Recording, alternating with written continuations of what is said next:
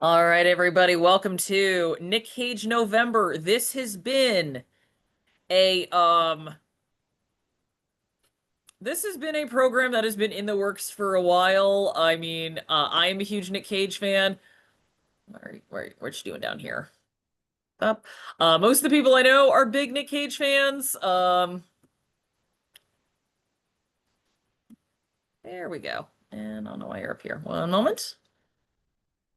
But I think the big challenge for us was how do we do a program about Nicolas Cage, a man who has such a long career, so much to his filmography, and there's so much about him.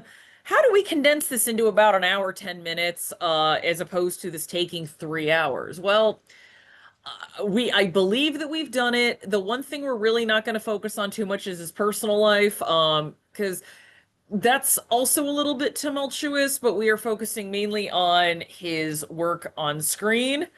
But I think for a lot of us, like Nicolas Cage has been a part of our cinematic lives pretty much as long as we can remember.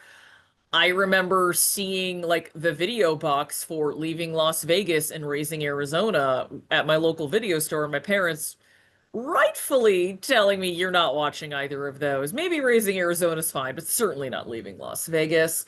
I mean, I was 11 years old when Con Air came out, and National Treasure movies came out when I was in college. The guy has also, when I was 12, City of Angels came out, and you could not escape that Goo Goo Dolls song. Um, so he's been around. He has been everything from an award-nominated actor to a punchline. But we're here to just talk about him as an actor and kind of get beneath some of the legend surrounding him. So, who's We all know who Nic Cage is. If you're here, you know who Nicolas Cage is. Yeah, he stole the Declaration of Independence one time. No, he's an actor. He has directed a couple of movies. He's done voiceover work. He also likes to collect things like comic books and dinosaur skulls. That's going to come and bite him later on. But he is an actor whom everyone has seen at least one movie with him in it. Everyone's heard of him. Um, or if you haven't, I'm kind of wondering where you've been. So we are going to skip over the who is this guy and go to Nicholas making his debut. So he hits the cinema stage, as it were, in the 1980s, and he had a little bit of a leg up because he had a very famous uncle, which was Francis Ford Coppola.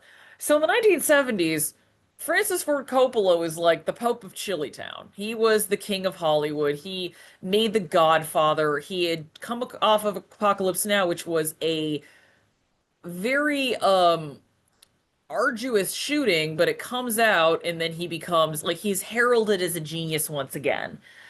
So, he, Nicolas Cage, like a lot of Nepo babies, as it were, had an easy foot in the door, but as he tells it, he didn't get it easily. He had to convince Francis to give him a screen test, and he said, "Put me in one of your movies." And Coppola said, "Nah, I'm not doing that right away." Um, so he actually started in a couple of small bit roles. He had TV, gotten a TV movie, and if you've seen Fast Times at Ridgemont High, you have seen him in like one or two scenes. He has a no speaking part where he is Judge Reinhold's character, Brad's friend. So he didn't get this like big starring role right out of the gate. And he ended up changing his name because he did not want to be labeled a Nepo baby. And inspired by the character Luke Cage, that's what told that made him change his last name to Cage. And I gotta say, Nicolas Cage is a lot snappier than Nicolas Coppola. And considering what happened to the Coppola name dynasty in the 1980s, I think Cage was the better decision. Long story short, Francis Ford Coppola had a string of bombs in the 1980s. He had a couple of movies that fared pretty well, The Outsiders, Peggy Sue Got Married, but for the most part, he like he had One from the Heart, which was a complete bomb, The Cotton Club did okay, but didn't recoup its money. And then, of course, at the end of the decade, he makes Godfather Part 3, which is makes money, but is critically panned.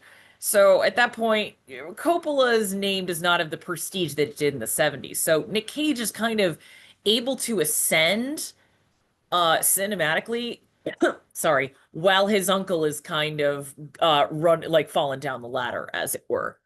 So I mean, if you do see, he is in the Cotton Club, he is in Peggy Sue Got Married, so he's in a couple of Coppola's movies, but for the most part, he's really kind of, even just like out of the gate in his first decade, planting his flag as someone who does not want to be a traditional leading man, who wants to be an actor, who wants to push himself, and really try to not really overact, but pursue these roles with zeal and really throw himself physically and mentally into these performances. I mean, it's kind of fitting you brought up Birdie, considering the infamous story about him getting teeth removed for that. Yeah, I think that's a good one. Well, we'll talk about Raising Arizona in a bit, but something I noticed going through the filmography is there's a number of directors he does not work with again, and it's I don't know if I'd go as far as to say, I mean, I think difficult could probably apply. Difficult gets applied to women for a lot less. But from everything I've heard, Cage is an intense performer, and there's some directors that are okay with that, other ones who are like, I do not ever want to work with that again. But Nicolas Cage's official debut, if we're talking about him actually playing a role and not like a side character, it's a really charming film by Martha Coolidge called Valley Girl. I'm personally a huge fan of this movie. It's a really nice, sweet rom-com that treats both of its main subjects with respect. And you root for them and you want them to end up together.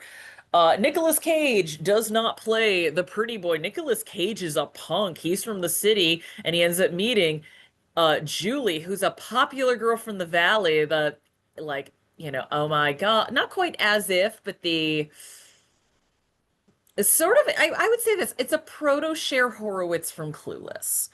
But neither of them are caricatures, and I think that is what really makes this movie work. You actually see them as fully fledged people. Like Julie's parents are former hippies who are very, you'd think a Valley Girl would have your, stiff upper lip conservative parents. Nope, they're both hippies. They run a health food store. They're very like open. Let's talk about it with her. And actually, they're the ones that encourage her to go like, hey, if you like this guy, who cares that he's not in your clique or your social class? You like him and that's what matters. She faces more pressure from her friend group than her parents, which I think is a really interesting element, especially for the 1980s. And Randy is, for all of his punkness, a very lovelorn and sweet and sensitive guy deep down. It's a fairly, if you've seen enough of these movies, you're like, okay, yeah, I've seen this plot before. But both the characterization of these people and the actors themselves make it a really winning movie. And it was actually a minor hit with critics as well. So for some context, in the 1980s, we were seeing a slew of teen sex comedies, um, stuff that ranged from a little bit more sensitive and intelligent, something like Fast Times at Ridgemont High, which I think is a great movie.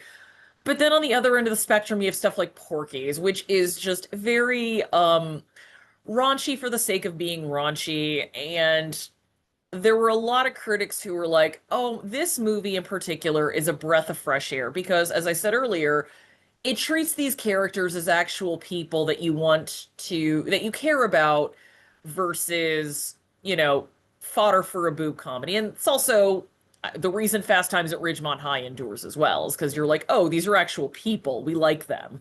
Versus, oh, what hijinks and nudity are we going to see next? Todd, have I actually shown you Valley Girl? Because I Not yet, can't imagine actually. you've seen this on your own. Again, not yet, actually. Which, again, considering one of our later titles, Todd? we've got a Yeah, I'm here. Oh no, Todd, we lost Todd. Uh, no, I am. Hi, Hold Todd, on. I think you might be muted. No, no, I'm not muted. Hold on.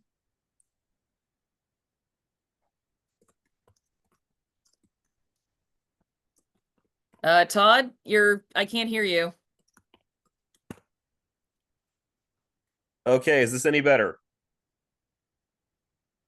Okay, all right, sound is not coming through. That's great. I can hear. One moment.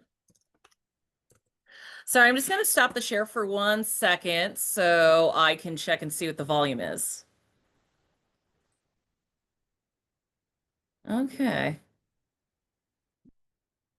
Yeah, remote.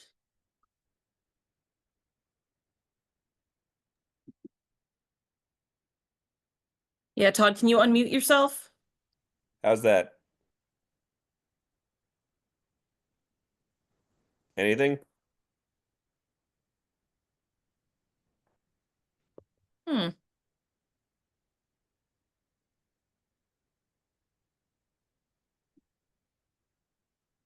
All right, maybe the mic isn't working.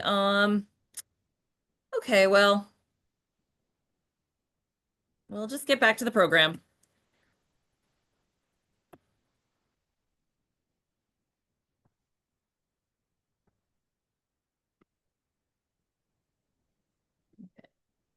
All right, so the other one is Moonstruck, which I'm sure a lot of people have seen. Um, this is the movie that won Cher the Oscar, and it took her from being well, she wasn't a joke. At this point, she'd proven herself with stuff like Mask, Silkwood, come back to the Five and Dine. But if Mask was the movie that really made people notice her and go, okay, not only can she act, she can carry a movie. This was the one that's like, this woman's a star and is actually like a real actress. I am a big fan of this movie. I really love it. But like whenever people talk about this film, they talk about Cher or sometimes Olympia Dukakis. She's also really good in it. Also, really good one-scene wonder performance by John Mahoney in the film. But Nicolas Cage is overlooked, or if people talk about him, they talk about the first time we see him where he yells, he lost his hand. And that's kind of what people know Cage for at this point. It's the yelling and the cage rage, as it were. However, as the movie goes on, we start to see the layers peel back on his character. And we start to see again, similar to Randy and Valley Girl, it's like this is a real sensitive person underneath it all. Like when he's talking to Cher after they go to the opera together, it's a wonderful little monologue. And I kind of wish he had been up for awards as well. Like, but really, this is Cher's movie, and Cher's the one who ran away with it. But if you've never seen it and you only know it for Cher's performance, either watch it or revisit it. And then there's Raising Arizona, the first or really only time he has worked with the Coen brothers. And Coen Brothers, Hollywood royalty at this point. But this again, like he got in not quite on the ground floor with the Coen Brothers, but Coen Brothers they'd only made a couple of movies at this point. They had made Blood Simple and they'd made Miller's Crossing, and this was their first real foray into comedy. So he plays a robber, marries a police officer, Holly Hunter, who's also fantastic. They want to have a family, they have fertility struggles, and unfortunately, they can't adopt because of his character's criminal record. So they see that there's a family that just had quintuplets, and they're like, whatever, they have enough kids, we can take one. Which very Coen Brothers way to start a movie. And so begins like a series of hijinks. And the best way to describe Nicolas Cage in this movie is similar to Wile E. Coyote in the Roadrunner. He is a very like he there's a reason Joel Cohen, instead of working with Cage, he's less of an actor than a force of nature. As that quote went on, he kind of um in a very roundabout way explained why he probably would not want to work with Nicolas Cage again. But you have to admit if you ever see this film that it works really well for this movie. Todd, do you want to try your mic again and see if you want to add something? Testing, testing. Okay, So apparently, we have had technical difficulties at the DPL all day today. I don't know why this is any different. So, moving on. All right, as I say, Todd, if you want to just text me your thoughts on Wild at Heart in advance, I will read them aloud. Okay, so we're going into the 90s. This is kind of when Nicolas Cage becomes a certified movie star, but he doesn't get it coming out of the gate. He has, if you see in the early 90s, okay. Okay. All right. Kevin says that he can hear it. All right. So I'm gonna trust everyone else can hear Todd, and this is the DPL's tech problems being the worst at this point. So okay, well that's good. I can at least hear Todd. You guys can hear Todd. Um Gosh, I love that this is recorded and everyone can see this forever.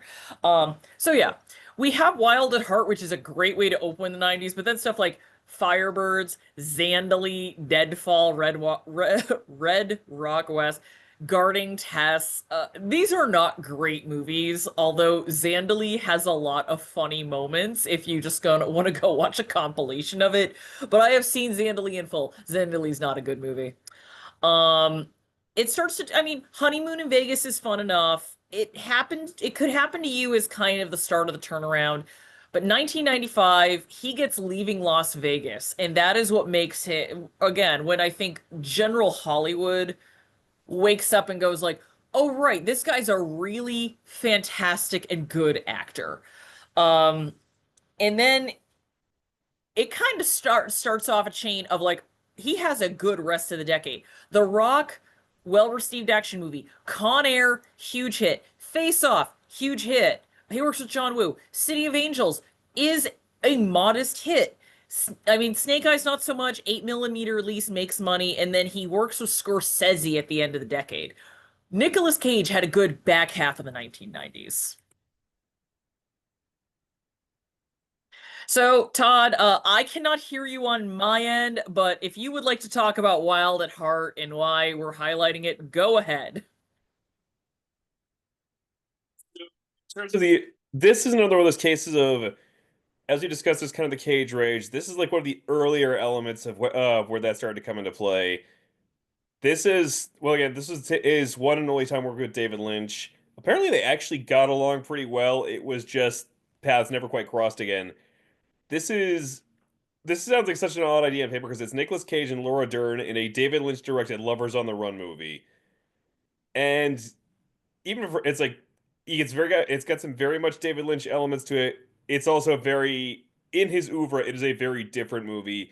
Cage is basically playing his role as it's a kind of wired up Elvis is the best way to put this to the point where there is a scene he just bursts out in a song in the middle of it.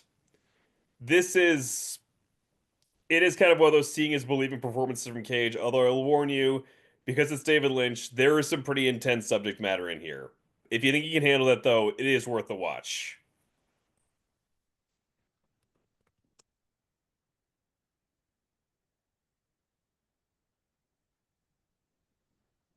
All right. Thank you for letting me know you're done, Todd. So yeah, again, if you guys went to our lunch program, I am clearly not the big Lynch head here, but from what like I have actually not seen Wild at Heart, but from what Todd has shown me, this is a Cage I love where Cage is very good at giving this impression of being unrestrained, but when you actually go back and watch these performances, you're like, oh no, these are very carefully crafted performances. And this he's talked about this in it was in an IndieWire interview. He talked about his style where he's like, some of his movies are, he's like, I play people who are crazy, they're on drugs or they're possessed, but it's all very thought out and carefully planned. And he says, quote, I made a decision a long time ago that I wasn't only going to explore naturalistic acting. would do that sometimes, like I did in Joe, but I also wanted to look at some of my other inspirations. I believed in art synchronicity, that what you can do in one art form, you can do in another. So if I wanted to be abstract, like Edgar, imitating Munch's the Shout, as I did in Ghost Rider, I could do that. If I wanted to be more operatic or Western kabuki, I could do it. And he also acknowledges he's not the first to do that. And from what Todd has told me and what little I saw, like Wild at Heart is another one where it's like this isn't just Cage going crazy. Everything he's doing, no matter how unhinged he seems, has a point. And I think that's actually like a real talent for an actor, is to have that level of control where they make you think that you are seeing someone completely unrestrained on screen. And also, fun fact about this, a couple of years ago, Nicolas Cage did a Reddit Ask Me Anything, and it was for the film Unbearable Weight of Massive Talent. And someone asked him, "Hey, that great snakeskin jacket for from Wild at Heart, do you still have it?" And he said, "Oh no, I gave it to Laura Dern. She was such an enormous part of Wild at Heart that I felt it belonged to her.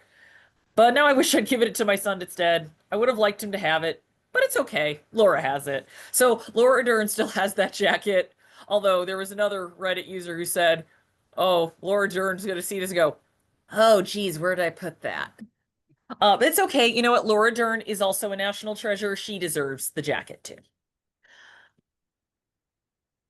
So the other highlight from the 1990s, because again, we can't go over every single movie individually, is Leaving Las Vegas, a movie that is really good. I saw it for the first time in like 2018. I was one of those movies where, I'd heard about it, and for a while, the idea of the plot did not sound appealing to me. It is about a man who's essentially trying to commit slow suicide, um, basically drinking himself to death. And that did not sound like something I wanted to watch. And when I was younger, I definitely had it's like I'm sick of movies about sad men. And then I decided, like, give this a shot. And you really appreciate both Nicolas Cage and Elizabeth Shue. I feel like she is an actress that never got her due in terms of how good she can be, and she's great here. Although, because of what happens to her character more than anything, I'm like, I don't know if I have it in me to revisit this movie. It's rough. But Nicolas Cage, there's a reason he won an Oscar for this movie because he has the more according to the director of the film, he binge drank, recorded himself, and was like, okay, this is what I'm going to do. And in some cases, would get drunk, so his acting would be a bit more realistic. I don't know if he would still do that or if many people on set would recommend that, but he also manages to tap into the sadness of this character, the emptiness of this character, and the fact this guy has like a real darkness and a haunted past that we don't really learn that much about. We get hints, but there's never a scene where he gives us the whole sad backstory. It's just, okay, clearly something went down in this man's life. And then the more tender scenes he has with Elizabeth Shue, where it's kind of he's so close to maybe opening himself up to her, but doesn't quite get there because he knows he can't. Like, the film is a character study more than anything, and I'm very glad I watched it. And again, you can see why this was nominated for a number of Oscars and he won Best Actor because it's really great work. But again, similar to how I said, if you only really remember Cher's performance, go back to Moonstruck and watch his performance. But if you only really remember Nic Cage's performance in Leaving Las Vegas, go back and watch Elizabeth Shue. I grew up knowing her as Chris from Adventures in Babysitting, and I watched this and I'm like, dang, she's an actual actress. And kind of in line with what he said about Laura Dern being a big part of Wild at Heart, he has continued to speak like 20 years since this film was made, or 30 years at this point. Oh, good Lord. Todd, I don't like that math. That math is mean and I don't like it.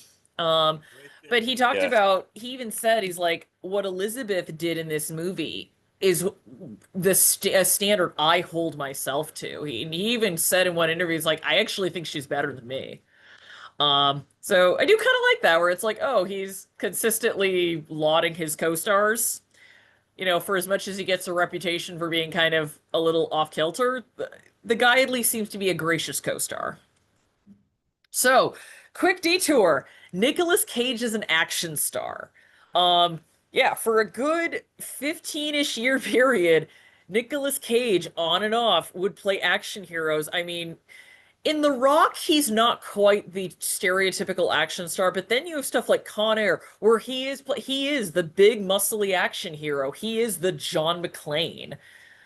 And if you look at him in Con Air in this image, this is a far cry from what action stars are now in movies, although we've kind of walked back with like Keanu Reeves and John Wick, but for a while with the superhero movies especially, we had, with Hugh Jackman being all jacked up, action stars for a while looked really roidy. And even at the time with Con Air, he was seen as a departure from people like Sylvester Stallone and Arnold Schwarzenegger, Jean-Claude Van Damme, these big, like, trained, um, either heavily trained fighter, professional fighters, or, people like Schwarzenegger, who was just, you know, built like a battering ram, as it were. Um, so it's interesting to remember, like, yeah, he was an action star, and then you see him in Face Off, which directed by the amazing John Woo, who I don't really think got his due in America the way he deserved. That man is an action visionary. Uh, Also, shameless plug for the new 4K of Hard Boiled. Gosh, that's fun.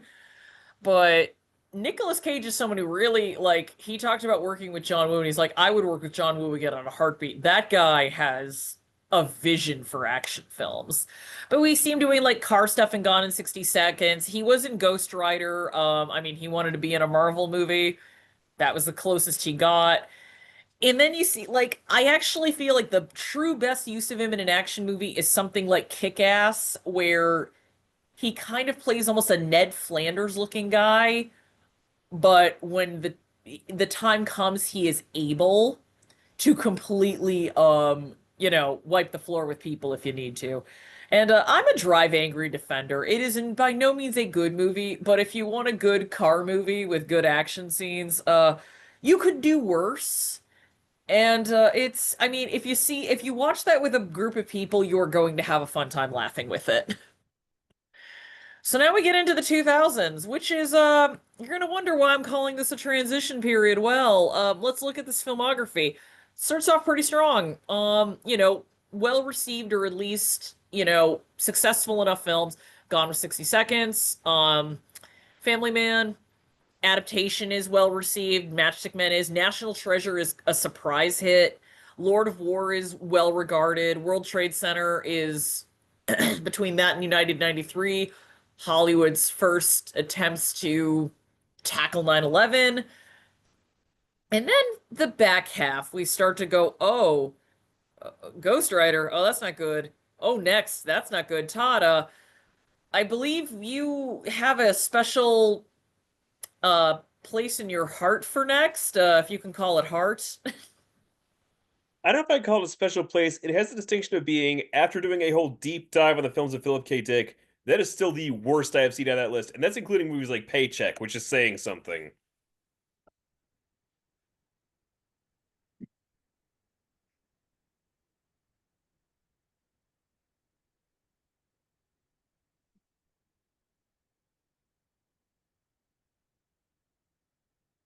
All right. All right. Okay. Thank you. I was gonna say, Todd, you can also text me privately as well, Okay. so I don't have to keep pulling up the chat. Thank you for bearing with us. But yeah, afterwards you have National Treasure 2, which is okay, but then there's Bangkok Dangerous, Knowing, Astro Boy, and the one kind of standout, which is Bad Lieutenant. He's starting to like, we'll get to it, but The Wicker Man truly put a damper on his career and was one of the things that set him off on a not so great path. But first, we're gonna get to a really good film adaptation. So this is a movie that was meta before meta was really a term that was thrown around a lot. So adaptation is about Charlie Kaufman. So he plays a fictional version of Charlie Kaufman along with Charlie Kaufman's twin brother, named Donald. So they do the split screen thing. but it's about Charlie Coffin trying to adapt to the Orchid Thief. But then it's kind of not about it. Also, great performances by Meryl Streep and Chris Cooper. Chris Cooper's fantastic in this. Um, but it is a really interesting movie, and it's one of Cage's best performances. And it's interesting that it's become forgotten now because when this film came out, people were looking at it as like, okay, after doing a bunch of these action movies and stuff like Gone in 60 Seconds, oh, we're getting good Nicolas Cage again. And he had like a little bit of goodwill for a while, and then of course The Wicker Man burns all of that off. The other one I want to highlight is Bad Lieutenant Port of Call New Orleans. So, um, this is it's not quite based on the Abel Ferrara film Bad Lieutenant. It's a very different take on this character, but I love this quote from Roger Ebert. Nicolas Cage is as good as anyone since Klaus Kinski. If you went to the Werner Herzog program, you'll know Klaus Kinski, actual maniac, at portraying a man whose head is exploding. It's a hypnotic performance. And yeah, this is Nic Cage, another one where he's doing like the very out there, unhinged, but also a very controlled level of unhinged. But this is again, this was another one where it came out and people were like, okay, Nicolas Cage has had some duds the past couple of years, but oh, here we go. Nicolas Cage is back. What a great film. But then of course, the next decade was not that kind to him. Todd, do you have any words you'd like to say about this film as our Werner Herzog correspondent? I mean, I had my previous thoughts on this when we did the Herzog program. I do like the comparison to Kinski because they were both two actors who would really go for it. The thing is, I feel like Cage channels it better, whereas Kinski, Herzog, even Herzog got tired of his antics after a while. This one is again, as a Cage performance, it's worth it. Just be warned, you're gonna get a very over the top Cage. There is a really memorable sequence where he loudly and profanely threatens a pair of little old ladies. That's probably as good a sample as you're gonna get out of this one.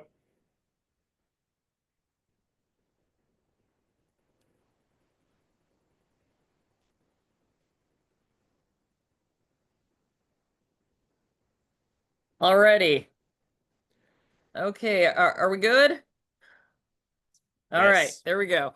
So we are going to move on to the next decade, the 2010s, which is a very interesting level of or part of Cage's career. Oh wait, no, we got to get to this first. So I did mention The Wicker Man.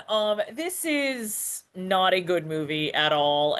First of all, why would you remake a mass like I understand remaking a good movie or wanting to put a new turn on it. Like John Carpenter's remake of The Thing is really good. I actually think the remake of Ocean's 11 is a lot of fun. Uh, the 70s version of Invasion of the Body Snatchers, really good. But The Wicker Man is a perfect film. There's nothing you can do to change that. So Neil Abute decided to remake The Wicker Man, only let's make it 110 times misogynistic. I know you technically can't go over 100%, but then you'll watch this movie and go, yes, being 110% more misogynistic is possible. And here's the thing, I will be the first to say I think that word is thrown around a little too much in cinema now. Holy moly, does the Wicker Man remake apply to it. The original Wicker Man is this pagan colony. This police officer goes to investigate a missing child, and there's something amiss. But everyone on the town, everyone on the island is kind of a little off. In The Wicker Man 2006, it is a lying women are terrible and they're just here to destroy men. It is again, as someone who's seen other things written and directed by Neil Abute, Neil Abute is a director I will say I think truly does have a lot of issues with women, and none of them are good. So yeah, uncomfortable movie to watch, panned by the critics, rightfully called out for a lot of it, some really icky parts for it. But this movie did give us one thing, and it was Nick Cage screaming, "Not the bees," and to a lesser extent, "How did it get burned?" And I believe now Nick Cage does have a sense of humor about this movie. He's interviewed about it, and he's like, "Hey, the fact that "Not the bees" has become a big punchline, I'm not going to complain too much." Someone on his AMA did ask him and said, um, this question. Do you like bees? Yeah, someone asked him that, and he said, yes. I would have to say they're my favorite insect. They make us honey. Bees and then the firefly. Ants are interesting. Bumblebees are quite adorable. Don't get me started on the praying mantis. So, I have to give him credit for at least having a sense of humor about being in an infamously bad film. So, before we get into the 2010s, we're going to talk about the tax trouble because this is going to set up the next decade. So, Cage, I mean, we've looked at his filmography from now. He's been working for 3 decades. He's been in awards hits, he's been in indie films, he's been in bona fide blockbusters. And as a result, he was one of the highest paid actors in Hollywood.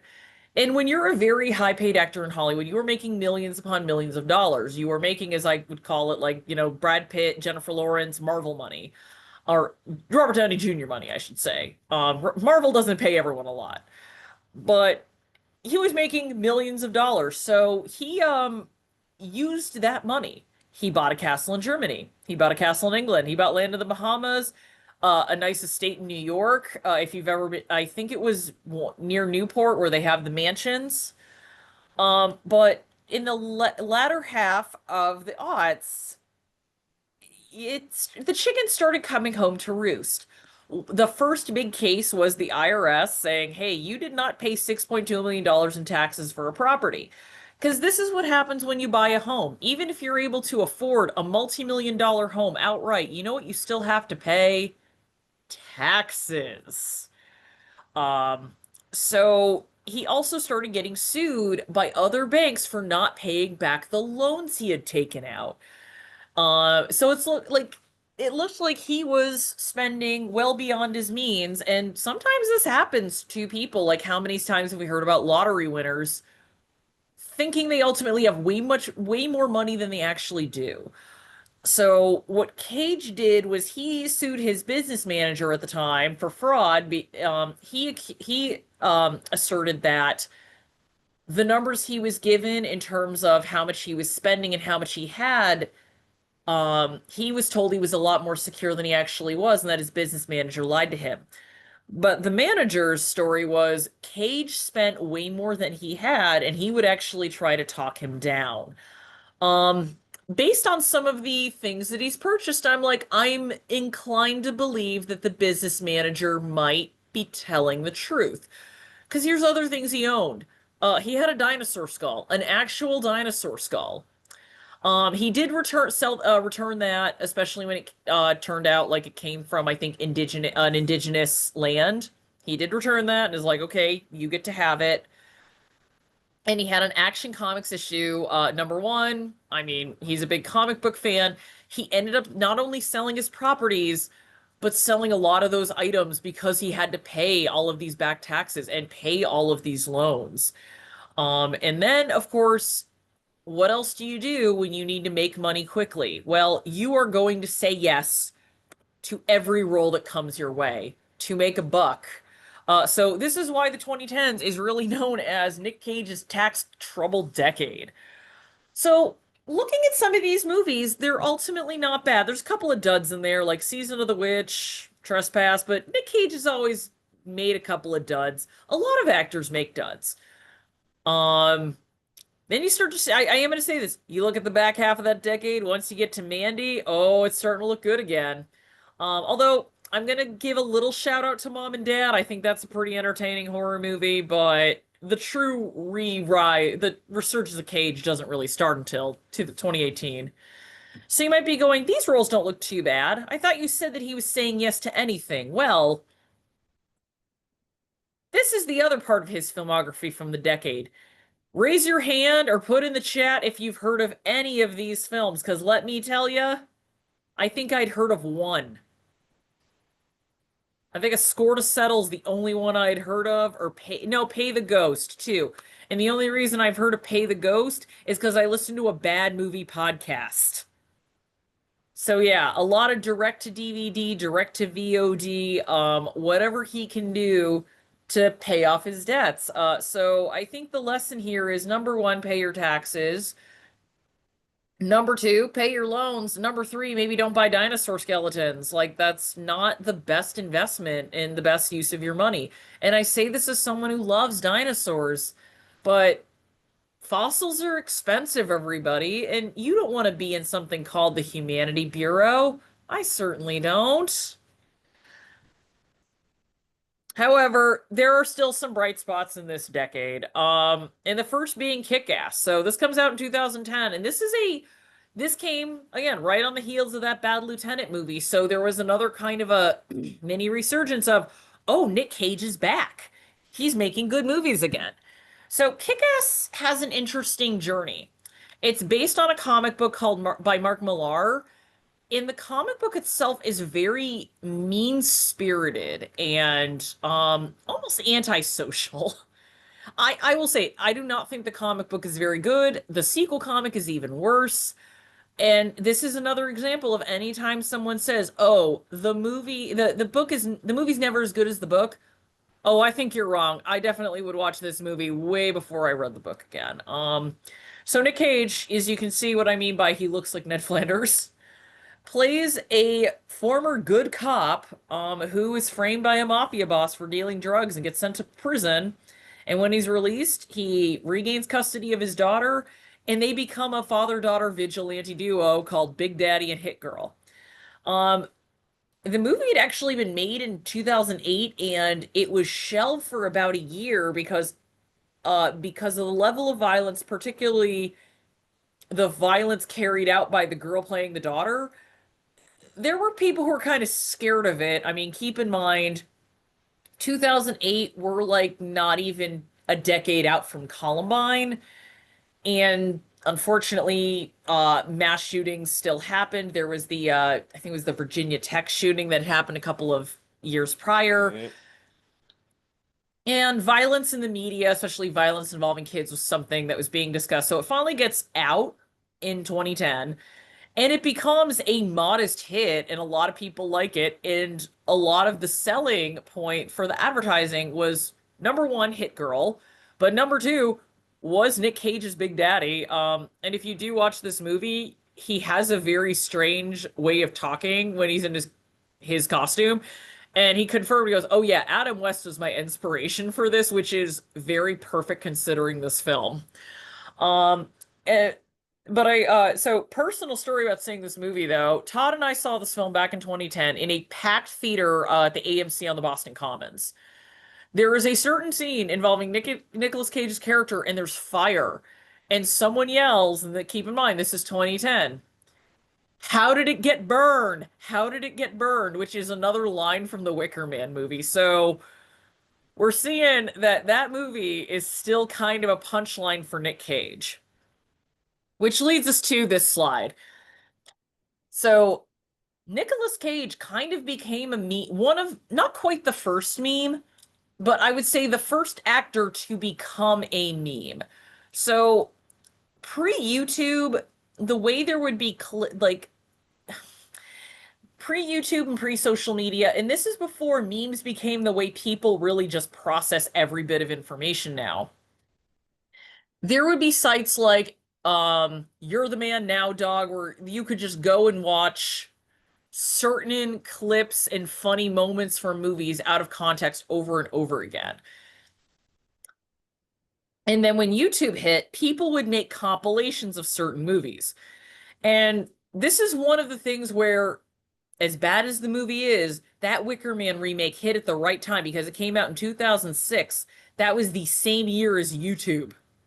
So one of the first big videos on YouTube was the Wicker Man compilation, which had Nicolas Cage, shoving a girl off of a bike, Nicolas Cage yelling at someone going, "How'd it get burned? How'd it get burned?" And of course, Nicolas Cage screaming, "Not the bees." So I mean, if anything, that might have kind of helped buoy his career for a little bit. And of course, as you can see here, the "You Don't Say" that came from the Vampire's Kiss, and then there are numerous compilations of Cage Rage, which is Nicolas Cage kind of flipping out and acting angry, which Nicolas Cage has mixed feelings about. So when someone asked about it in, 2018 for um Mandy, he kind of said like it's a little he goes, it's actually kind of frustrating to see this just put together as a rage compilation because Mandy is not just me losing my mind for 2 hours. It's a story of a very quiet man who decides to seek revenge after losing everything. And he said it's actually for me kind of or in his opinion, kind of a disrespectful to the director of the film who put a lot of work into this movie. But he also seems to have, I think, overall, after how long his career is, a very healthy appreciation for it. So there is like in the early 2010s, there was a video that came out called Nicolas Cage losing his mind. It's about a 4 minute and change compilation of just him losing it in multiple movies, and it is very funny. It's set to orchestral music.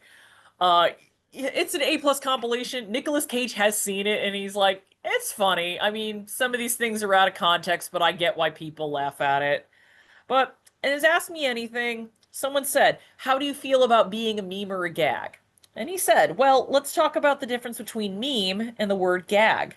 My understanding is that meme represents a symbol of a pop culture movement of sorts. A gag is somewhere in the realm of a diss, and I don't look at anything anymore as a diss.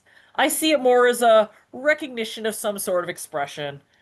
Which again, I think at this point in his career, he's just like, hey, why not? He sees it as a form of flattery. But if you do want to look up the Nicolas Cage losing his mind video, I would recommend it. It's one of those that just makes me laugh every time I see it. So the other standout of the 2010s is Panos Cosmatos' film Mandy, and this I think is truly the mark of the Cage Renaissance.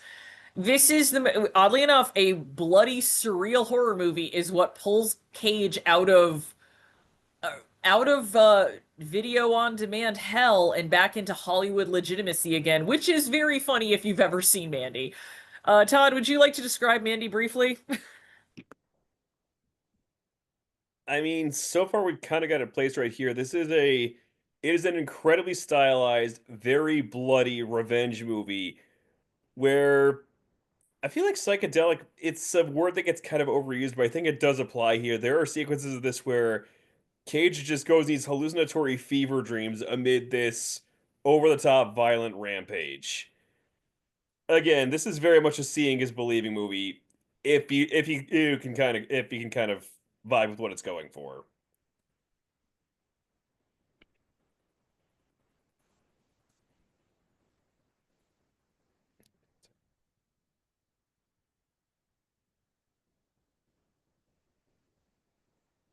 All right, we good? Yeah. Okay.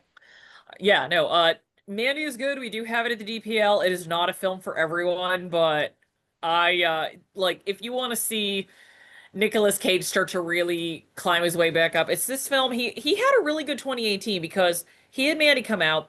He's also the voice of Spider Noir in Spider-Man Into the Spider-Verse, and you watch, you're like, oh yeah, this guy's actually a really good voice actor, and in arguably one of the most funny self-referential cameos he's done. He has a very bit part in Teen Titans Go to the Movies playing Superman. For a while, Nic Cage wanted to play Superman and was in talks to do it, so this was at kind of the his chance to do it. It's very funny, but Mandy is truly the start of him coming back. And what's funny is the next live action movie he'd made. was also a very colorful, surreal film called Color Out of Space. And that's how he closes out the decade. So 2020's legit career resurgence. I mean, we're still seeing a couple of more small budget VOD type of movies, but we're definitely seeing him start to be a bit more selective and getting to try out making more interesting films again. Um, we have Willy's Wonderland is one of those movies where it's like it's not exactly a good movie, but it's a lot of fun. It's a budget Five Nights at Freddy's, only it's not called Five Nights at Freddy's. He plays Dracula in Renfield, like, there he gets to ham it up. He plays a serial killer in Longlegs. He actually plays Superman again in a cameo in The Flash, but I still think Teen Titans Go to the Movies is better. And what is probably one of his more interesting movies, he plays it's a very self-referential film, Dream Scenario. He plays a mild-mannered professor who starts appearing in other people's dreams and kind of becomes a cultural sensation. And then people start to turn on him almost immediately. And it's a very interesting role for him to take, considering how long he's been in the public eye and how he's gone from everywhere to being beloved to a joke to a meme to, in some cases, seen as like this guy's goose is cooked.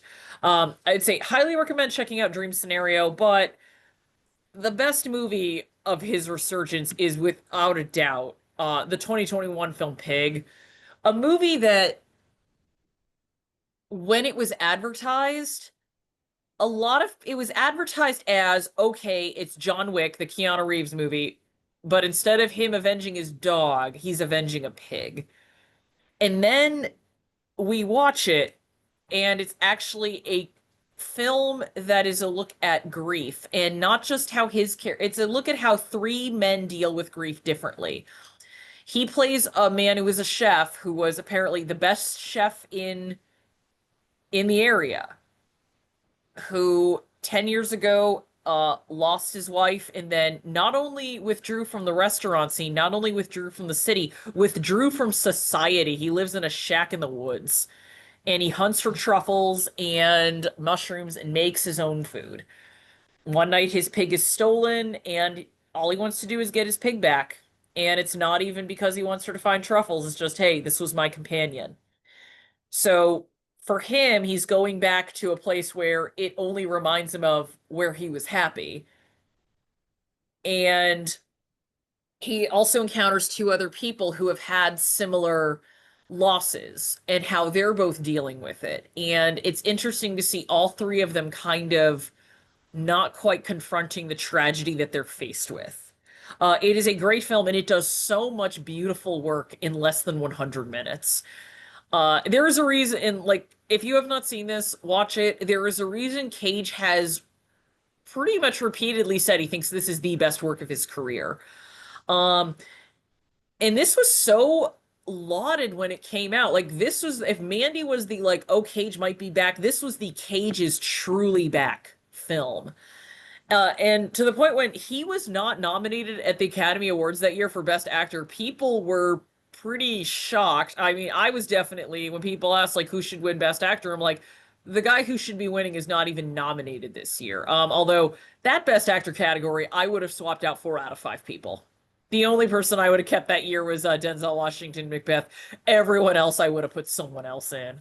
Uh, yeah, Justice for also Simon Rex and Red Rocket, Nic Cage and Pig. I'm blanking on the guy's name, but the lead in the lead in Drive My Car too. Like I would have put a lot of other people in there, but this is truly a masterclass performance. And if you had any doubt that Cage is one of our best working actors, go watch Pig.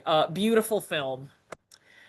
And then the other film of this decade, which is interesting, if we thought Dream Scenario was kind of a commentary, a subtle commentary, or an interesting look at Cage's career, there's Unbearable Weight of Massive Talent, which is simply Cage poking fun at himself. And what's interesting about this movie, when it came out, it didn't do well because a lot of people saw the trailer, just figured, oh, this is just Nic Cage, like, patting himself on the back. That is not this movie at all. Nic Cage is in on the joke. Nic Cage is playing a fictionalized version of himself, but he's making fun of himself. He knows he's been a meme. He knows he's been in bad movies. He knows he has had tax trouble. Which is why I think this movie does work the way it does, is because no one's taking it too seriously. Also, Pedro Pascal and Nick Cage just have so much fun together, just being bros. It's hard to not enjoy the film. And just to kind of drive home that this isn't something that Nicolas Cage was doing to make himself look great. The guy who made the film had been trying to make this for a while, for years at this point. I think even pre-pandemic. It was like Nick Cage turned it down. He's like, "This does not sound like a movie I want to do." And it wasn't until the writer director just wrote him a letter saying, like, "This is why I think you're gonna like it." Um, he ended up doing it. And it might have also just been he's like, "Okay, I'm finally in people's good graces again. I can afford to take a swing like this." But it's a fun little movie. It also it inspired a couple of people I know to finally watch Paddington 2 because when one of the running gags in the film is Nicolas Cage is asking people what their three favorite movies are. He names his three favorite films, but he meets a guy who says, "Oh, my other favorite film is Paddington 2." And he's like, "Wait, what do you mean?" And then there's a great scene where he watches it and then there's cut to him like drying his eyes going, "Paddington 2 is incredible," which it is, by the way. But I know a couple people are like, "Oh, that was a funny gag." Oh, and I'm like, "No, no, no. Paddington 2 is that good?" And I showed it to them and they had the same reaction like, "Nope. This movie's great. The hype is real." So, what is next for Nicolas Cage? I don't think he's going to slow down anytime soon. I'm gonna really be careful. If I was gonna phrase it a different way, and I'm like, no, let's not call down thunder on that. But his next big film is he's going to be playing John Madden, the football guy. That's kind of how I know that guy as. He also has the Prince. He's in a film called Fortitude, and he's got more. I'm pretty sure if I were to check his IMDb page now, there's going to be three other films that he's in talks to do. I think he's still technically paying off some tax bills. But he's also going to be playing Spider Noir in the upcoming Beyond the Spider-Verse, and he's going to have a series for that, which does look kind of fun. So he's doing that. But now we're getting to the big question. What is Nicolas Cage's best performance? So Nick Cage's AMA, someone asked, okay, if he had to save three films or performances, he would pick Leaving Las Vegas, Bringing Out the Dead, and Pig. All fine choices for me personally. So I asked Ellie what hers would be. She would pick Pig and Wild at Heart. Mine would be Pig, and if I had to only pick two, I would say Moonstruck. I really love him in Moonstruck. And Todd, what would your choices be? Well, again, I'm gonna third the vote for Pig because again, this is easily a career best for Nicolas Cage. I've thought this over. I keep coming back to I've got the joint LA on Wild and Harder for this one because, as I put it before we started here, this performance is dancing on a razor's edge. This is the performance which a less skilled actor could have done. It would have been hammy. It would have been clunky. It would have just completely killed the movie. Cage makes it work. He is in tune with the movie, and it never feels like he's just. It never feels too clownish, for lack of a better way to put it.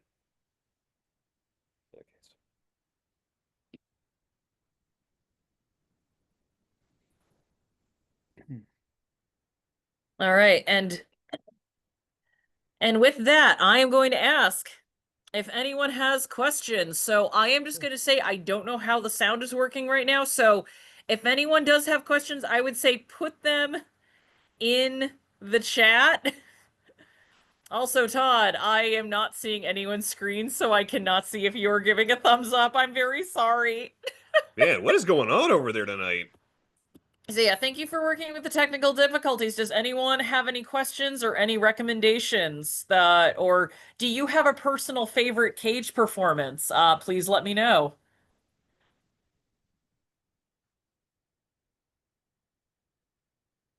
All right. Okay, so if that is it, I will see everyone next month for the most dangerous game on film, the death sport in cinema. Wonderful holiday talk to have at that point in time. Alrighty, everyone, have a good night.